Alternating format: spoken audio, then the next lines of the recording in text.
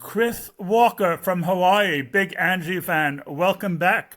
We had you on in our first season, but we made the slight error of doing audio only, but then we came to our senses and realized that a pretty face such as yours, Chris, should be on the screen much more regularly.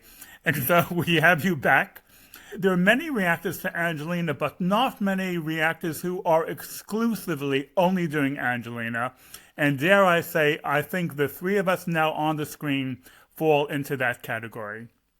And so we have an opportunity of taking a extraordinarily deep dive into the world of Angelina and to discuss the ins and outs and the pros and cons and everything we realize, because she has a huge fan base who are hungry for any and all input and information about her. So here we go. But it is strange that all three of us still here after 6 years of discovering by chance a new artist on YouTube. And I don't think any of us had any idea of what was to come during these years. Well, Chris says it very succinctly. He said he never expected to become a fanboy. Pontus and I have both done our homework. And in preparation for today, we have looked at your video, and I saw it 4 years ago, but I had forgotten it. And I must say, Chris, I didn't remember how good it was. No. And it gave Pontus and I a lot of talking points of where to bring off as a point of departure and pick up the ball and run with it. Yeah. And you said many accurate and deep things, which I think we could and should explore in more detail. Now, one of the things that struck me, Chris, was you listed 4 different reasons in the video I watched, and they were of increasing intensity about what makes Angelina very special. And one of the things which struck me is, why do we cry when we hear her? Now, not so much the crying is the issue, but it is the why. And I was thinking about that, and my gut feeling is sometimes we see or hear something which is so beautiful, it reaches deep down into us. If we go into a museum and we see a beautiful painting, do we cry? Or is it the special nature of music which reaches down into us, especially when it is beautiful? Yes, and that is so much the focus of the podcast, how it makes us feel. But in that video I made, I wanted to explore, what do you say to people in our lives who they don't get it? They don't get that feeling. I think with Genius and with Angelina in particular, she has the means, her inherent talent is manifest. I think anyone, even if you don't enjoy her music, like some people I know, like my wife, that doesn't particularly enjoy her music. We must have the same wife. Yeah. Does that mean it's just something that is entirely subjective? We have all liked other musicians and we have felt moved by them, but it just seems like it is at another level with Angelina Jordan. Even if it doesn't happen to everybody, when it does happen, it's a more intense thing. I loved the Beatles, I loved Bob Dylan, but I never had this feeling of, oh, I'm going to start a channel to promote them. I think that's one thing that differentiates her from other people that have fans, is those fans are not fans to the point that they're going to start a channel that's devoted only to that person. You know, I've always been bothered by this, oh, it's just to each his own, beauty's in the eye of the beholder, because I want to have a better answer to somebody who says, well, I like Katy Perry. She's just as good as Angelina. I don't want to argue with them and say, oh, you are wrong for liking Katy Perry. I see trees of green, red roses too. I see them bloom for me and you. And I think to myself, what a wonderful world. That was the whole impetus of that video I made. I want to be on more solid ground than just, I happen to like her a lot. In the north of England, there's a Yorkshire expression which is not queer as folk, which means there is nothing as queer as folk, which means that if someone doesn't like Angelina, then you just put it down to their personal idiosyncrasies. And you can't always fathom or understand why someone will like one person more than the other. But rather than looking at the empty part of the glass, why don't we look at the full part of the glass and describe how she makes us feel? Because I consider this to be a gift that keeps on giving conversationally. We can explore it and we never get to the bottom of it. We always can explore it more and more and more. One of the things which it struck me about the phenomena of hearing Angelina and crying is that if you read a book and there's a passage that makes you cry, you can go back and reread that passage. It doesn't make you cry a second or a third time. But with Angelina, you go back and you hear the song a second time and you cry again. You hear it for a third time and you cry again. So it has a certain type of emotional longevity, the way it impacts you. Right. I think a good example, the way she makes you cry is different from other artists. You look at tearjerker melodramas, they can draw a tear for me very easily. But I'm feeling very manipulated and it only happens that first time. It's like they knew what buttons to push. But with Angelina, that's an example of how I think it's something deeper, because you can come back and, well, I already heard this, but I wasn't just manipulated into crying. There's something real there that I'm responding to. Man, that voice. Yeah, it's the sincerity of her interpretation of the emotions that really hits you. And that's one of the feelings I got from the very start, that I was so comfortable with listening to her. I knew she's got this. And she's got this in a way that I can just lose myself in the experience. I don't have to worry about nothing going wrong or nothing being off. This is the way it should be. And that is a welcoming part in my life that I don't experience that much in everyday life, that sense of belonging. But when you watch a melodrama, you know the bottom line, it's not real. But when you hear Angelina, you know this is as real as it gets. So it's a huge contrast. You can be fooled into crying for a melodrama, but when you cry with Angelina, it's not because you're being fooled. Yes, it's because of something real that you are responding to. I think that's the part in these videos I've made talking about whether Angelina is one of the greatest. I think that you have to distinguish between the feelings you have and the source of those feelings. And I think that the way that we feel shows that there is something real out there that we are responding to that is deeper and more powerful than with other singers. I have one very recent example from the latest album, Secret of Love. There's that very idiosyncratic song, My Love, and that song just grows and grows on me. But part of it is that although it's a very quiet song, it doesn't have the correct structure of bridge and chorus and verse. It's just so authentic. There's this part where she talks about writing poetry about her feelings of this person who has left her, and she has this one phrase that she sings that it's like she's about to cry, and then you can hear that in her voice.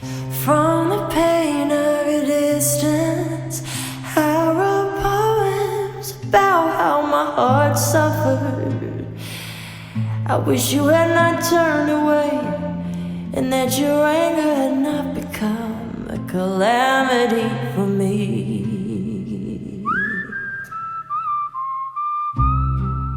And for me, sometimes it's not the lyrics in any way that provokes my kind of emotion, but it's more the quality in her voice, the layered, the structure in her voice, and the human side of it. It's not clean. You can hear her breathing. You can hear crackles and structure in a way that really makes it so much more than just a singer. There's something else that she does, which is not discussed enough, and that is the variation that she uses within a line from one word to the other, whether it's the length of the word or the emphasis or the breathiness, and she does that over and over again. I was speaking to Pontus, and I explained to him, it reminds me of having a bowl of ice cream with 3 different flavors: vanilla, chocolate, and strawberry. When you taste one and then you alternate and you taste the second and then you taste the third, when you come back to the first, it's like you're tasting it for the first time.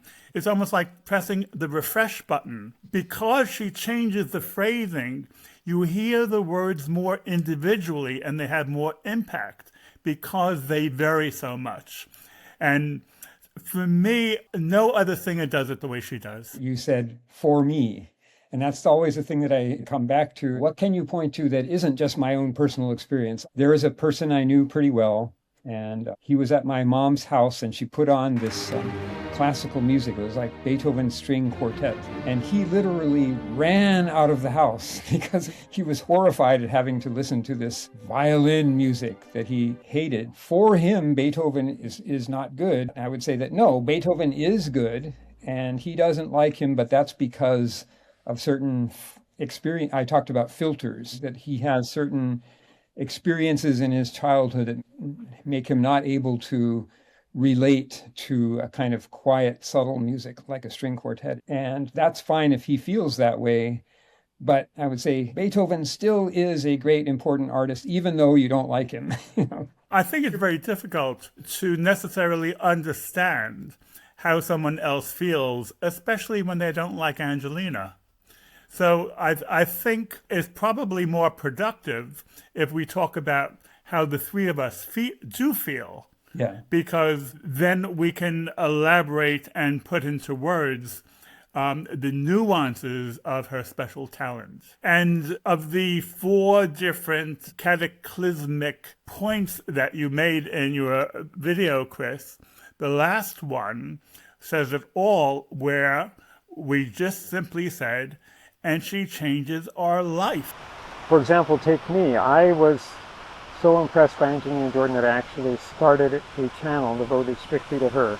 And not in the sense of just putting up a lot of her videos on my channel, but no, creating new videos, reactions, compilations. And there are several others that I know of that have channels devoted almost exclusively or completely exclusively to Angelina Jordan. And I can't think of any other artist who has that. Now, that's a biggie, and it doesn't get much bigger than that. And I have a theory of why that may be. Because of Angelina's emotional impact, she takes people to places emotionally where they have not been to before. But she does that over and over again. And so she changes the individual emotional landscape. Okay, it's subjective. Subjectivity is very real from the inside, and that counts for a lot. And there are so many different reasons why people feel or don't feel or mask their feelings. But when you have an emotional breakthrough, which is as direct and as open and as honest and as regular as what Angelina achieves, then it lasts. It's like a slow release benefit over a long period of time. And especially if you, and many of her fans listen to her every day, take these pills 4 times a day for the next 6 months and see how you feel. Mm-hmm. So it's almost like a medication, but it's a very healthy type of medication. Yes, it's quality over quantity. We're talking about how it changes our lives. And there's a lot of things that you can like or have a positive feeling about, but it's at a fairly superficial level, like guilty pleasures. You are liking it, but at the same time, it's not something that's going to change your life. It's something you can have going on in the background. And I think with a lot of popular singers, it's that kind of thing. You can have that upbeat pop music playing in the background and you're enjoying it, but it's not something that is soothing your soul and that you want to listen to that same song over and over again and put on headphones and really get into it. So that's one thing about the Angelina effect that for me, again, has been much different than with other singers. I've really liked other singers a lot, but it hasn't been this thing where, okay, I'm going to listen mostly to this one singer. Another thing is there's the genre thing. Like a lot of people like a singer because it's in a genre that they're comfortable with and that they enjoy. And you can see that's a comfort zone thing. Whereas then Angelina Jordan comes along and you find yourself, okay, now I'm listening to this person who does this genre of music that I would never have thought I would listen to. Like my friend Steinar Hatlen from Norway, his taste in music before he got into Angelina Jordan was of a totally different kind of music, like thrash metal. But then there's something deeper about her. So he went beyond his comfort zone and now he mostly listens to her. You were mentioning something about filters, Chris. I think that's one key aspect that we might want to address here, because some of the resistance for beginning to listen to Angelina in a deeper way, I think comes down to we have all these filters and we don't want our feelings to bubble up too much. We want to keep them down. And some of us, and we have had guests on that have had these walls around their feelings, which have been broken down by listening to Angelina. And I think that's a great testament to what it is that is so special about her. She can actually, with that kind of human sincerity and emotional awareness, reach people deep, deep inside and change them. And I think that is one powerful ability that's almost superhuman. That's a very good explanation of how she changes people's lives. She breaks through an emotional barrier and gives them access to an emotional repertoire that they did not have access to. And very interesting, if you think about it, what other experiences change people's lives? How about falling in love? But that comes with an asterisk, because sometimes you fall in love and sometimes you then fall out of love, and sometimes you think you're in love and then you have mortgages and crying children. So sometimes the love is a little bit tainted. But it can change your life because of how you feel. It's absolutely human nature to guard your feelings, to either hide them or to minimize the impact of how they are. But that's not what life is about. I believe life is about magnifying your feelings and to feel them. And Angelina Jordan, in that way, allows us a deeper level of feeling, and more power to her and more power to us. Well, talking about filters, we'll recall on my first appearance, I talked about when I first heard her, am I having a freakish reaction? I didn't trust my own filters. I think filters can go the other way too, where some experiences in your life that you can overrate somebody. I was thinking, okay, so for some reason I'm liking her more than she deserves. That was one reason why I did my deep dive. And then I pretty quickly concluded that no, that this is something real, because it's not only me that's reacting this way. It all comes back to, yes, you have these feelings in it. They're very subjective and they're so different between people. But part of it is what you bring to that experience that makes you feel something. But part of it is what it is out there that you're responding to. And everything that I have seen shows me that it is something real and powerful that she has, that some people are going to be prevented from seeing, but if she breaks through your filter, yes. Yeah. It's the nature of art. If you look at a painter or if you look at a poet, what they are doing with their art form is they are capturing their very specific subjective feeling, and they're putting it into an art form where they communicate that feeling to you. And that's certainly what Angelina Jordan does with her singing. But with all due respect to painters and poets, the nature of music is just that much more penetrating. Definitely music goes more directly to your soul. Egil Clausen summed it up very well. He said, that's just the magic of music. I was thinking of some remaining filters that I have that make me less of a fan of certain of her songs than others. And then there's other filters I have that make me more of a fan of some of her songs than others. One filter that I have that makes me less of a fan than other people of her more breathy songs is I have an association with Marilyn Monroe singing in this very breathy voice to John F. Kennedy on his inauguration. And that to me seems very manipulative. And so I have that association. Happy birthday to you. Happy birthday, Mr. President. I think a lot of the times it's when you associate something with something else, that can be a barrier. So I feel like with her songs where she's really emphasizing the breathiness, that's one filter I have to look out for.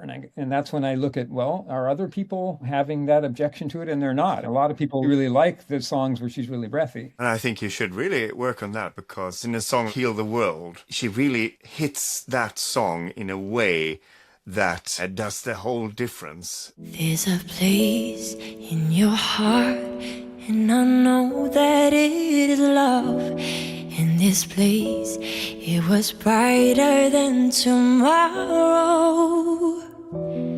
That's a great example of where she did break through my filter pretty quick, because my association of that was, this is like this syrupy song. It's too sentimental. I don't like this song. And then within about 2 minutes, I was crying in my reaction because it's what she brought to it. That's a very powerful point you made, Chris, that you were crying even from a song that you don't like because of her. That just says it all. That's one reason why I say that she's beyond genre. A lot of these last 3 albums, even big Angelina Jordan fans have said, well, this kind of music isn't really my cup of tea. It's too quiet. But yet, most of them have come around to really liking them a lot.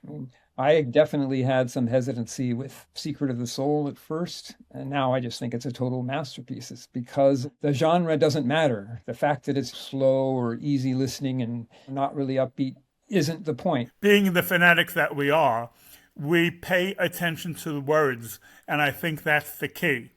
And with Angelina, if you just give a superficial listen, especially to the last 3 albums, it may not grab you the same way. But if you listen to the songs while you focus on the lyrics, then you understand her singing that much better of how she is expressing everything through her interpretation of the lyrics. And that's the key. You have to listen to the music and the lyrics at the same time just to magnify your understanding of what she can do. To some extent, the singing transcends the lyrics. Even if you don't know the lyrics, just by repeat listening, you pick up a lot. One example from the latest album is Stardust. It looks like she's starting to build this up to a big crescendo, but then she didn't. She just stayed evenly throughout the whole thing. But the more I listen to it, the more it's just, wow, this is really, really beautiful singing. Tonight my restless heart finds all its peace in you. Oh, love, I was made for your starlight, born for the glow within your flame. When Secret of the Soul just came out, I had a little bit of a down period in my life. So I used that whole album as a release when going to bed, just putting myself at ease and just letting everything go. And it was so relaxing and comforting. And in that way of listening to the album, I discovered that it is a full story. Everything connects in a way. And it really did wonders for my mood. Most houses will have a medicine cabinet where you go and you have 30 or 50 different types of pills for whatever is ailing you. Angeline has given us 250 different songs. So whatever mood you're in, if you need cheering up or whatever, you have a selection, just like going to the medicine cabinet to sustain yourself. It's like if you go to the fridge and there are 40 different foods to choose from in the fridge, you can satisfy your craving in so many different ways. And from Old Enough on, there's this whole new dimension of all these original songs that are coming out, which was a surprise for me that the writing of these songs would be as good as it is, you know. You were speculating on that in your video 4 years ago. How good is she when it comes to her musical intelligence and her song writing skills? Right. Even though most of these lyrics from these latest albums are from Grandma Mary to start with, that's quite a difficult task to take something that's basically a poem and translate it into music lyrics. And so that's all Angelina there. Plus, I'm sure she actually changed some of the lyrics. So we had all of these fantastic covers that were like the best covers I'd ever heard of songs, but now she has original songs that feel like classics. I remember in one of the concerts in 2024, she had that song, What Am I to You? And he was talking about how, oh, this is very raw. She was telling her band leader, oh, this doesn't even sound good. But anyway, I'm going to sing it to you. It's very raw. I sent it to Anthony. I was like, it was so raw. Like, you guys, it didn't sound good. And I was like, I want to do this live. And I at first thought she was saying, well, she just didn't know this song well, that was some classic song, because when she sang it, it sounded like, oh, this is this classic love song that's been around a long time. But no, this is a song that she wrote. Everything that you find, hold me one last time, like I'm everything to you.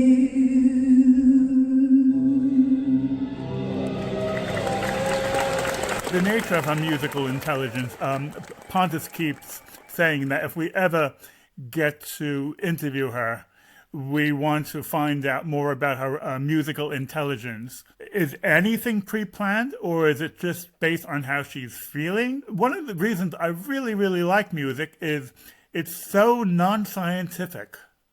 It's so visceral. It's from the guts. Okay, you can write down sheet music, you can write the notes, but that is as scientific as it gets. Mm-hmm. Music almost defies description. And that's the irony of us doing a podcast, because we're trying to describe the indescribable. Right, and that's why I think that if you did get an interview with Angelina Jordan, you might be disappointed, because I think it is very much instinctual and subjective to her. She can't explain to you, I was trying to do this or that. Well, I felt this, but she has a direct conduit to something really important. Yeah, it is a mystery. That's one of my filters, and that was one of the reasons why I wanted to find this more objective evidence of her greatness, was because I have a very scientific, analytical outlook. I felt like I wasn't on solid ground of just saying, well, I like her a lot. But Chris, if we did have her on, I would pick up that ball and run with it. So if she said, that's how I felt, I would say, okay, let's talk about how you feel. Is that feeling only when you're singing? Or do you have that feeling when you're just eating a bowl of ice cream or walking down the street? Is there a switch that you turn on, or is this just like a geyser coming up where it's an eternal spring all the time? So she could almost talk us through the repertoire of how her musical intelligence is based. And there are a few artists that speak about the mystery source behind the inspiration of music. And of course, she famously has talked about her going into her own world on stage. And that is something that is really interesting to get a sense of what is that place like. And do we all have that place somewhere inside of us that we can go and dip our toes into some magical world that is inspirational? It's deep and it's buried, but I believe Angelina Jordan gives us the fact that it is somewhere inside of us. It's like the center of the earth. You have to travel thousands of miles to reach it. Well, one famous quote from her early on was she said, "The music found me." Jeg tror musikken har funnet meg. And I think that in a way you could say that one thing that differentiates her from others is that there is no filter, no blockage in her from receiving the music. She takes it all in without something getting in the way and saying, oh, well, I shouldn't go in that direction. She seems like she's very free in her decisions on what to do next. She just goes ahead and does whatever she wants to, and it's all great. Every live performance, there's something different about how she sings the song. Yeah. When we were interviewing Nina recently, we very specifically titled that episode Born to Sing, which, as you know, is the same title we gave to the Angelina Jordan documentary, because Nina started her piano lessons when she was 4 or 5 years old, and she grew up into music. It was almost one of the first things she remembers, and it's the most natural thing in the world. And it was absolutely fascinating to hear the parallels between Nina's relationship with music and how we perceive Angelina's relationship to music. Because when you start something like a world-class chess player will start playing chess when they're 4. When you start young enough, it gets into your consciousness in a different way. Also, if your name is Angelina Jordan, there's still some extra thing that it really gets into your consciousness even more. Well, she has so many different, very strong and unusual factors in her life. Her grandmother is an artist, and her grandmother is spiritual, and she has the full, dare I say, the full weight of thousands of years of Persian history in her DNA as well. So there are so many unfathomables of things we cannot measure. We only see the end product, and then we marvel at that. I would imagine that if you took a look at some of the musicians that are the most highly regarded and come closest to the way that Angelina Jordan resonates with us, that one kind of common denominator you would find is that they have a really eclectic cultural background. They might have a mother and father from different nationalities. I think that is a filter breaker. There's a wonderful term from genetics, hybrid vigor, where you give the genes a really good mix. It's like why a mongrel is stronger than a thoroughbred, because a mongrel has the extra strength from having a wider gene pool. And also, the fact that she speaks 3 or 4 different languages is a really big plus, because especially from a young age, it sort of loosens your brain and it allows you to make associations and connections in a way where people like me who really only speak one language, I've missed out. I've noticed that with my Spanish, is that you cannot directly translate from English to Spanish. Just by speaking a language, you're looking at something in a slightly different way. And I think language and musicality is quite related. You must tell us a little bit more about the time that you just happened to meet Angelina at the airport. That's, for me, is like winning a lottery. How was that? And how do you reflect back on that? Well, when I met Angelina at the airport, one thing I reflect back on is I was so glad that my wife was there, or that never would have happened. Hi guys, update. My husband just met Angelina Jordan. I saw her first at the store right there. And also because she was not a complete fangirl like I am a fanboy, she was able to be more in control of the situation and prompt me to keep going, because I was very tongue-tied. Wow. This is my wife. Can you please film? She's gonna... Is that okay? Of course. He's been obsessed with you. When you went to your first concert, where's that, babe? In Europe, right? Yeah, concert. So he was there too. That is on camera. Yeah, this is legit. Legit. Oh my God, my husband is so lucky. Mainly in terms of Angelina and Sarah, Angelina Jordan, that was a main thing that just struck me right away that related to her music, was that she was just so genuine. You just felt like what she was saying was oh, this is how I feel. She doesn't have the filter preventing her from appreciating different kinds of music. And it's the same thing with Kiko. She's shy, but very, very real. Did they recognize you as a YouTuber and as a big Angie fan? I don't know if Angelina Jordan recognized me, but her mom said that she thought she recognized me. Sarah was the most talkative one, which I found in other situations, that she'll go out and talk, actually seek out people to talk to, whereas Angelina Jordan will do it if she has to, but she's really shy. I don't want to bother you, but I'm a I'm big Angie fan. I have the channel, and I'm going to your concert. And What's your name? my name's Chris Walker. Hi. And I heard your name. I do believe the family has their priorities right. Their priority is that Angelina should grow up well-adjusted and have a long, happy life. And whatever talent she has and however her career develops, they never lose sight of Angelina's personal happiness. And Angelina recycles her personal happiness back into her musical talent. And so in that way, I think the family have really made the right decision.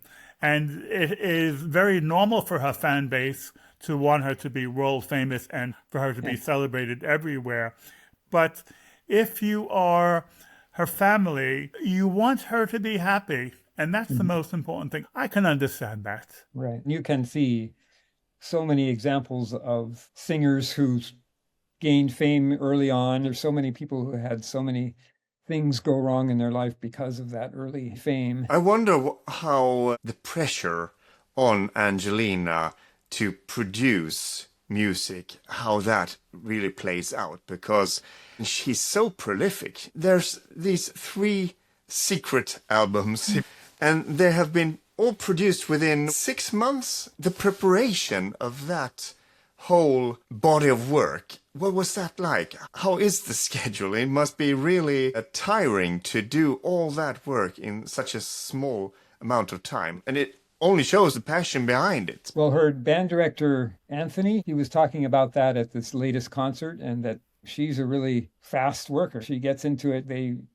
put out a lot of these recordings just within a few weeks of recording many songs for the latest album. That's a good example of her approaching it so emotionally and organically. And Yvonne very famously said that almost all of the songs that they recorded, it was just 1 take, maybe 2. But if she could do that in 1 take, then that really speeds the efficiency of her production. It's a sign of her musical intelligence that she has the song already finished in her head. Yeah. And it's just a matter of putting it down, almost like Mozart did. Yeah. He was very prolific, and he had whole symphonies just ready to print out. Right. He's another example of somebody who has music just pouring out of him. When you're a film director, you can have a vision of how the movie should be, and then you have to explain it to the actors of what you expect and what your vision is. Angelina has that vision, and that she just has to direct the people she's working with and the musicians. Okay, she may be called the boss, but it's just an extension of what her vision is. There's several videos of her being unhappy with band members, and that's one thing that I would like to explore with her if I had a chance to interview her. You are this total genius, but then you're working with musicians who are not quite on your level. How do you deal with your guitarist, your pianist, not understanding what you're trying to do? Another question which would be fascinating to ask her is, you have a vision of how the song should be sung. Do you also have a second choice and a third choice of how it should be sung? Or is there only one obvious way forward? Mm. Well, we have the song Thank You, where I don't know if it was her choice for the first version to be this reggae flavored version, but that was one that had 2 very different versions. I have a feeling that the first version was done more from an analytical point of view of let's make this be a popular hit, whereas the stripped down version that we heard in concert was, this is how I feel about it. And guess which one was, in my view, far better, was the stripped down version. That was just some of the most amazing emotional singing I've ever heard from her. It didn't matter that she forgot a lot of the words. Oh, it was just the power of the emotion. All your clothes right out the window.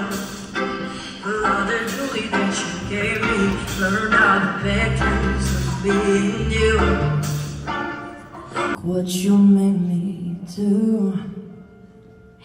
Threw all your clothes right out the window. Sold all the jewelry that you gave me, burned all the pictures of me and you. And what about Bad Valentine? She did 2 versions of that. She did an in-your-face version, and then she did a jazzy version. Well, she actually did 5 or 6 versions of that. I would say that the least successful version is the most trying to be a pop hit version. The first one she did, that was an amazing kind of R&B flavored version at the Hotel Cafe, and then the versions that she did live with Toby Gad at the piano. That was an amazing example of how she can sing a song in many different ways, and each way is really great. I stood you up on Valentine, gave you no reason why. I thought I told you I would miss a girl. Roses are red, the violets are blue. You are a fool to try, 'cause I'm a bad Valentine. I thought I told you I would miss a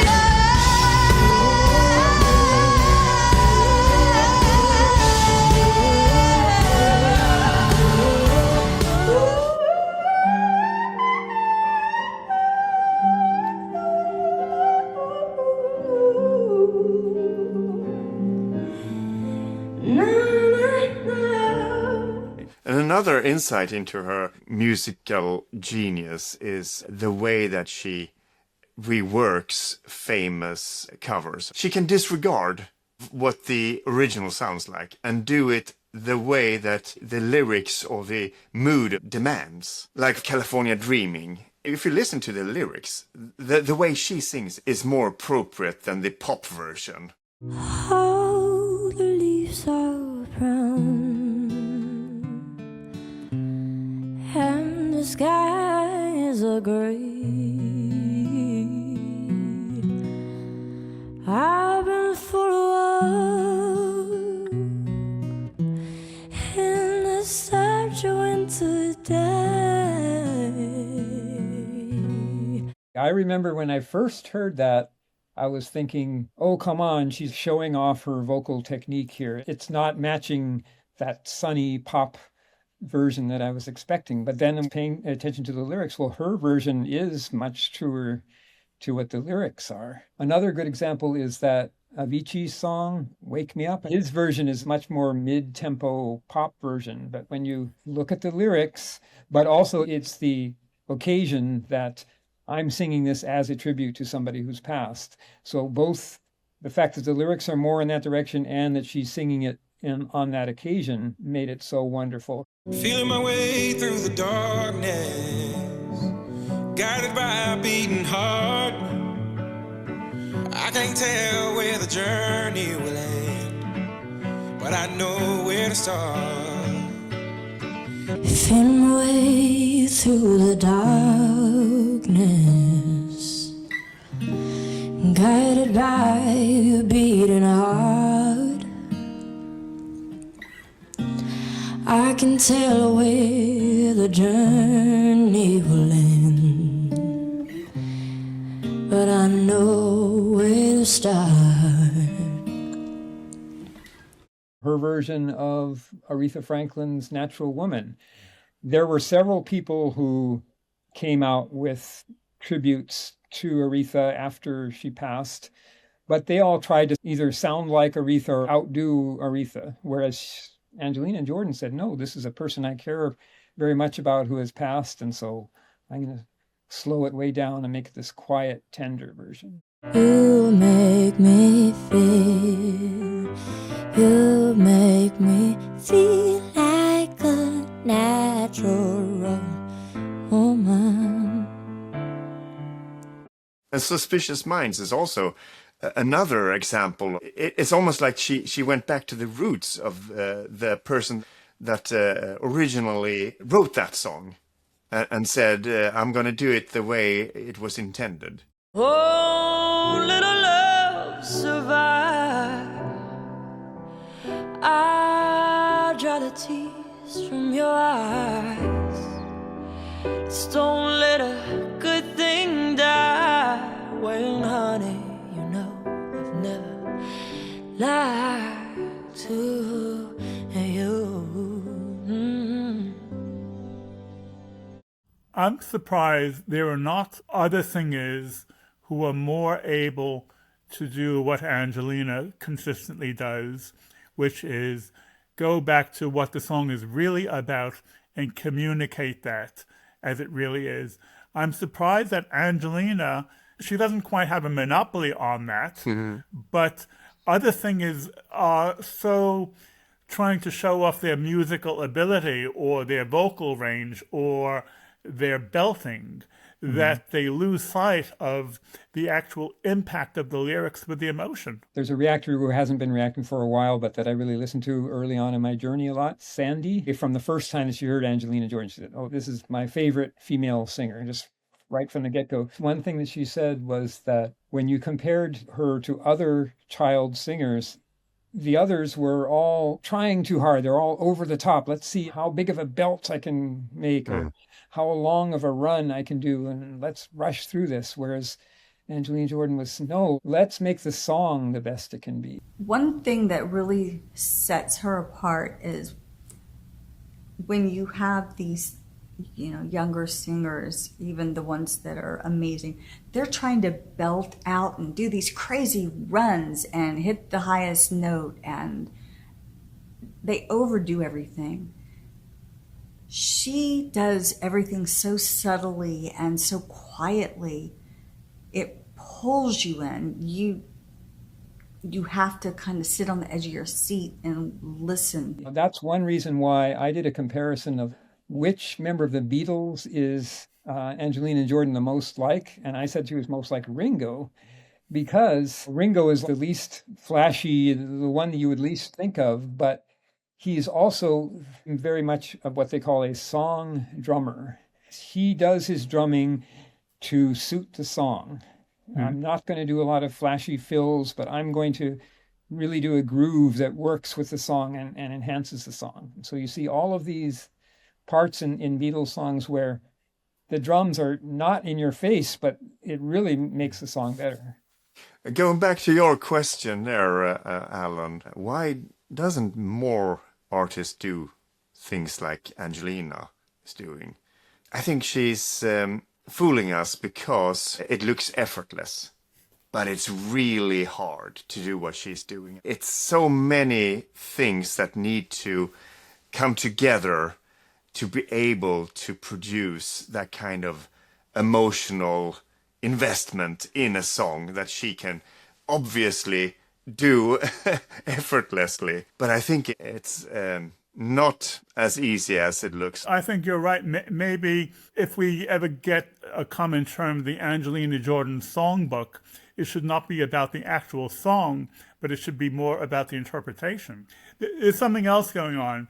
A lot of child singers are being used by the family as winning the lottery ticket, where the family are looking for them to strike it rich and to support the whole family. Angelina does not have that pressure. The family are financially comfortable enough. So Angelina, because of that, has total artistic freedom where she is not having the pressure of providing a meal ticket for the whole family.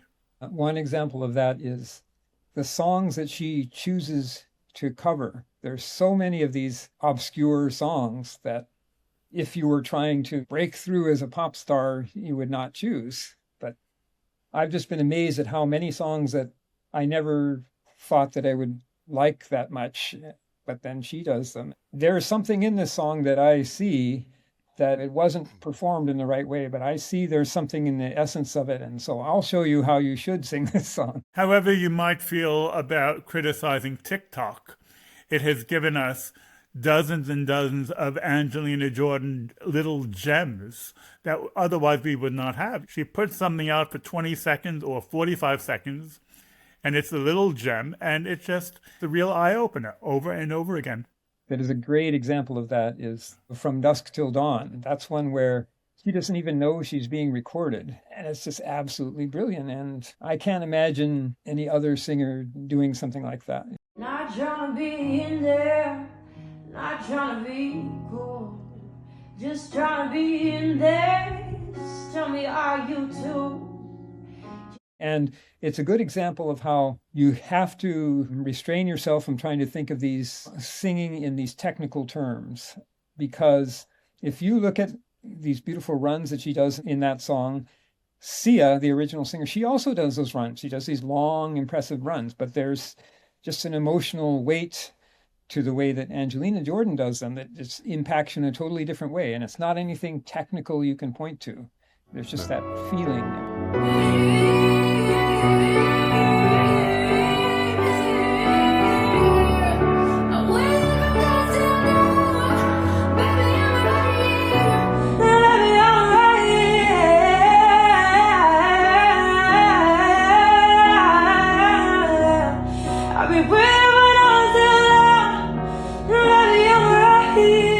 Now, Chris, with James Seal, when we recorded with him, I said to him, because of your skill set, James, why don't you be a co-editor? Mm-hmm. And so I threw the ball over to him, and I would like to also have the same arrangement with you. You are a premier videographer, and I love the way you throw in extremely relevant and, dare I say, obscure clips of Angelina to illustrate her points, and it just makes it all that much juicier. And as we say in the trade, I will hand you the hot potato, which is this episode. Basically, you have carte blanche. Obviously, from watching your YouTube channel, you basically have, like James and like most, you have an encyclopedic memory of Angelina's repertoire. And so we really want to tap into that for this episode. Yeah, I'm a little bit of a fan, as you probably know. I would say you're a big Angie fan. Well, Chris, I can think of many reasons why we will have you back again. I tend to not be a very talkative person, but when it comes to Angelina Jordan, it's just such a rich topic to talk about. We're tapping into your area of expertise, and you have a very almost a photographic and encyclopedic memory of her, and that's why we wanted to have a chat with you. So you can talk us through it, and also we feel badly that we did not give you a proper podcast without the video the first season. So we really wanted to have you back, Chris. Well, it's always great to talk about Angelina Jordan. I'm sorry I wasn't able to prove objectively that she is in fact great. We ended up talking about our feelings again, but actually our feelings about her are the best evidence of her greatness. If I thought we could objectively prove, then we would go down in that direction. But I just think it would be spinning our wheels. It would be wasting our time. But I would say to those who don't have this initial reaction that we do, the one thing I do tell these people is that's fine. She doesn't hit with you, but at least give her a chance. Maybe if you just let go of any of your expectations of what she's supposed to sound like and try to remove those filters as much as you can. I want it to be pop or I want it to have a beat. No, just listen. Sit down somewhere and just listen with headphones on, no distractions. One of the ways I find is a good in for this is when I mention Angelina Jordan to a person for the first time, and then I'll say, what kind of music do you like? Who is your favorite singer? And if they say Lana Del Rey, then that gives me a very specific direction to go. Or if they say John Legend, that gives me a very specific. So I can almost tailor my recommendation according to what their likes are. But again, you come back to the subjectivity, because my daughter, I thought that was an in for me. My daughter really likes Lana Del Rey. So, well, look, here's Born to Die. No, Lana's version is better. You like your girls inside, so choose your last words. This is the last time, 'cause you and I born to die. You're like a dozen insane. Choose your last words. This is the last time. 'Cause you and I, we were born to die. No, but it's human nature. Here, taste this. This is the best thing you'll ever taste in your life. Yeah, especially from your parents. Then it's a big Yeah. no-no. My dad always was nagging me, you got to read this book. I still haven't read that book. I've come to notice that my daughter's taste in music is very, very eclectic, more than most young people I can think of. She likes lots of stuff from way back. Like she loves Johnny Cash live from Folsom Prison. So I think that those eclectic tastes could lead her to eventually having a better appreciation of Angelina Jordan. It's like when you're 15 years old and you have your first puff of cigarette. You don't like it at all, but then you get used to it. But that's not good for you, whereas Angelina Jordan is good for you. So I think that's part of the resistance of some people is they're being told, well, it's good for you to listen to Angelina Jordan. It's like, eat your vegetables. It's how a lot of children are with their parents. They want to branch out on their own and strike out on their own path. Some of the older songs that Angelina Jordan does that are like way back to Frank Sinatra, those kind of songs, I remember as a child not liking that specifically because it was what my parents liked. You know, that's this old people's music. Yeah, that's a classic. Thank you, Chris. Really been a star tonight. Yeah, it was really fun. Okay, see you.